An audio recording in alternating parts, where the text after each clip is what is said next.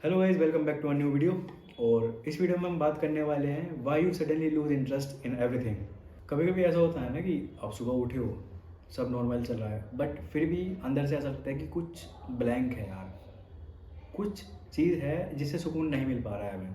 ना खुशी है, ना उदासी है, और एक तरह का सेटिस्फेक्शन भी नहीं है अपने आप से कि हाँ तुम अच्छा कर रहे हो या बुरा कर रहे हो, जैसा भी कर रहे हो। जैसे तुम्हारे अंदर कुछ स्विच ऑफ हो गया हो, कुछ करने का मन भी नहीं करता है। वो चीज़ें ही बोलने लगती हैं जो तुम्हें पहले एक्साइटेड रखती थी। और इसमें सबसे बुरा पार्ट पता क्या है? तुम्हें खुद नहीं पता होता कि ऐसा हो क्यों रहा है। तुम्हारा माइंड कहता है कि मैं लेज़ी हो गया हूँ, बट अगर दिल की सुनो तो दिल कहता है यार मैं थक गया हूँ। और तुम्हें सच पता क्या है?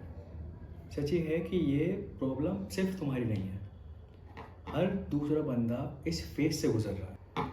तुम्हारे पास सब कुछ है, फ़ोन है, नेटफ्लिक्स है, कंफर्ट है, पर पीस नहीं है, मोटिवेशन नहीं है, और इंटरेस्ट भी नहीं है। Now the problem arises, interest क्यों चला जाता है? देखो, जब तुम बार बार स्ट्रेस, ओवर थिंकिंग और इमोशनल एग्जॉशन से गुजरते हो ना, तो तुम्हारा माइंड रेस्ट में चला जाता है, या फिर तुम कह सकते हो कि प्रोटेक्शन मोड ऑन कर लेता है। उससे तुम्हें लगता है कि अगर मैं इमोशंस को फील करना बंद कर दूं तो फिर मैं हर्ट होना बंद हो जाऊंगा। और पता है, यहीं से शुरू होती है इमोशनल नंबनेस। तुम्हें लगता है कि तुम कुछ फील नहीं कर पा रहे, बट रियलिटी है कि तुम्हारा माइंड उस प्रोटेक्शन लेवल में जा चुका है, वो तुम्हें कुछ ऐसा फील ही नहीं होने दे रहा है उन चीज़ों से जो तुम्हें थका चुकी हैं। इसका पता है, एक रीज़न है डोपामिन ओवरलोड।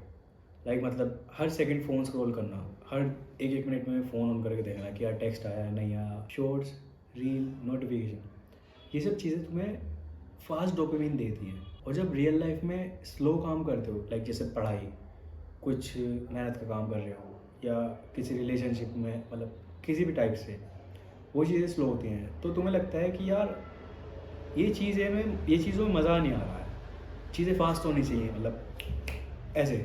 और ये चीज़ें क्यों होती हैं? क्योंकि जो तुम्हारा ब्रेन है ना, वो फास्ट चीज़ों की हैबिट बना चुका है अपने अंदर, कि अगर एक चीज़ है तो उसको फास्ट चाहिए, ना कि स्लो पाप। और इन सब चीज़ों की वजह से तुम सोचते हो कि मैं खुश भी नहीं हूँ, बल्कि बात ये है कि तुम इमोशंस ओवरलोड होने की वजह से तुम्हारे ब्रेन ने उन चीज़ों को शट डाउन कर दिया है जो चीज़ें तुम्हें एक्साइट करती थी। अब ये जो इतनी सारी चीज़ें हुई हैं ना, अब इससे तुम्हारी बॉडी पर इफेक्ट भी पड़ता है। अब हम समझते हैं कि इन चीज़ों का इफेक्ट क्या होता है।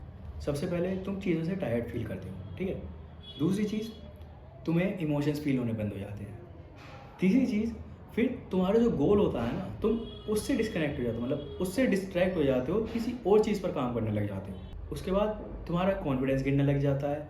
फिर तुम खुद पे सेल्फ डाउट करने लग जाते हो कि यार मैं ऐसा नहीं कर पा रहा हूँ, पहले तो मैं बहुत अच्छा कर लेता था, बट अब नहीं हो पा रहा है। क्यों नहीं हो पा रहा है? क्या रीज़न है?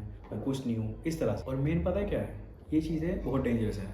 डेंजरस इस वजह से है क्योंकि ये सब साइलेंटली होता है, तुम्हें भी नहीं पता होता है कि ऐसा क्यों हो रहा है, कब हो रहा है, और तुम इन चीज़ों को इग्नोर करते हो फिर धीरे धीरे। और जब तक तुम्हें रियलाइज़ होता है कि यार कुछ अंदर से ख़त्म होता जा रहा है, तब तक देर हो चुकी होती है। अब बात करते हैं इस फेज से कैसे निकलें, इसका सॉल्यूशन क्या है। अब तक हमने इतनी सारी चीज़ें कर ली, इसका इम्पैक्ट के बारे में जान लिया, हम जानेंगे इसका सॉल्यूशन, हम किस तरह से इससे बाहर निकल सकते हैं। सबसे पहली चीज़, अपने आप को अंडर कॉन्फिडेंट मत समझो, ठीक है। दूसरी चीज़, अपने आप को लेज़ी मत समझो, ये बस एक फेज़ है, ये निकल जाएगा। अपने ऊपर काम करो। तुम्हारा माइंड रेस्ट मांग रहा है, थोड़ा रुक जाओ। फ़ोन से ही नहीं बल्कि सब चीज़ों से डिस्कनेक्ट हो जाओ, एक पीस मोड में जाओ। चीज़ों को समझो, कैसे हो रही हैं, क्यों हो रही हैं, किस वजह से हो रही हैं। अब इसको स्टेप वाइज डिवाइड करते हैं।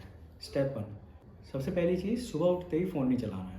ऐसा होता है ना कि तुम सुबह उठे हो, फ़ोन देगा, किसका मैसेज आया, किसका मैसेज नहीं आया, क्या मेल है, तो तुम्हें वो चीज़ नहीं करनी है। पहले मैं भी ऐसे ही बहुत करता था कि मैसेज आया होगा,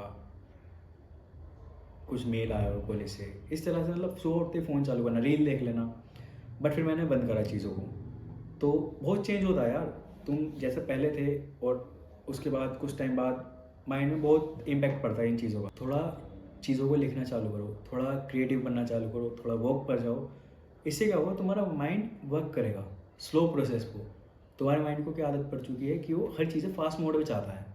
बट रियलिटी है, जो चीज़ तुम स्लो में करोगे ना, तुम्हें उसमें मज़ा आएगा। फास्ट मोड में किसी भी चीज़ में मज़ा नहीं आता है।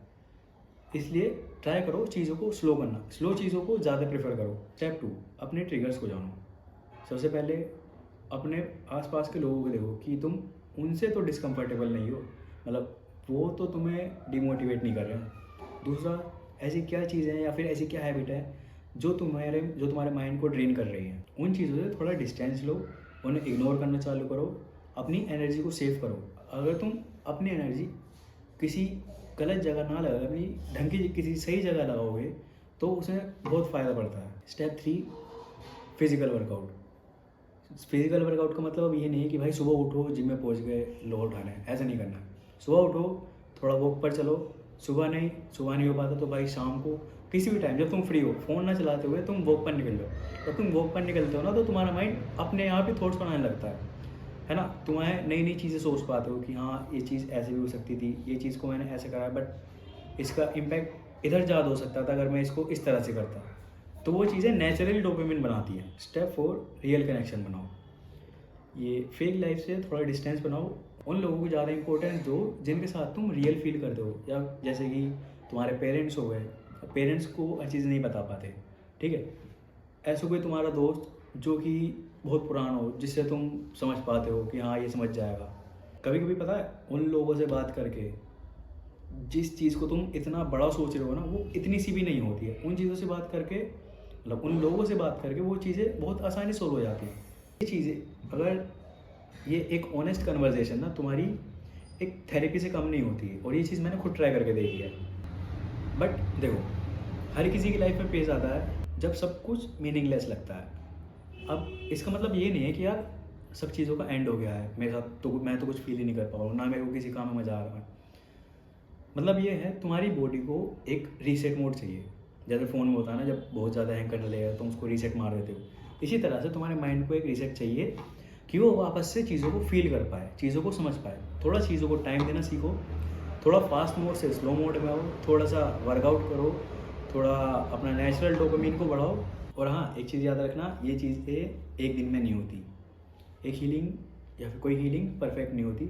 धीरे धीरे जब तुम इन पर काम करने लगोगे, तुम्हें धीरे धीरे अपने आप ही फील होने लगेगा कि हाँ मैं पहले से बेटर होता जा रहा हूँ या पहले से बेटर होती जा रही हूँ। धीरे धीरे तुम्हें फील होने लगेगा कि हाँ मैं अपने पहले बेटर वर्जन में वापस आ रहा हूँ। अब मैं मेरे को इस काम को करने में बहुत मज़ा आने लग गया है। ना कि जैसे पहले मेरे को एक्साइटमेंट फील नहीं होता था, अब मैं उस चीज़ को और ज़्यादा एक्साइटमेंट से कर पा रहा हूँ। तो अब से याद रखना, जब भी तुम्हें ऐसा लगे कि चीज़ें ख़त्म होती जा रही हैं या मेरे को मन नहीं लगे, तो याद रखना कि ये अब दोबारा से शुरुआत होने वाली चीज़ों की। अब तुम अपना और बेटर मोड लाने वाले हो। तुम्हारा इंटरेस्ट चला नहीं गया है, बस थोड़ा टाइम ले रहा है वापस आने के लिए। तब तक थोड़ा काम करो। इतना मैं भी अपना काम करता हूँ दूसरी वीडियो पे। मिलते हैं नेक्स्ट वीडियो में। Thank you all.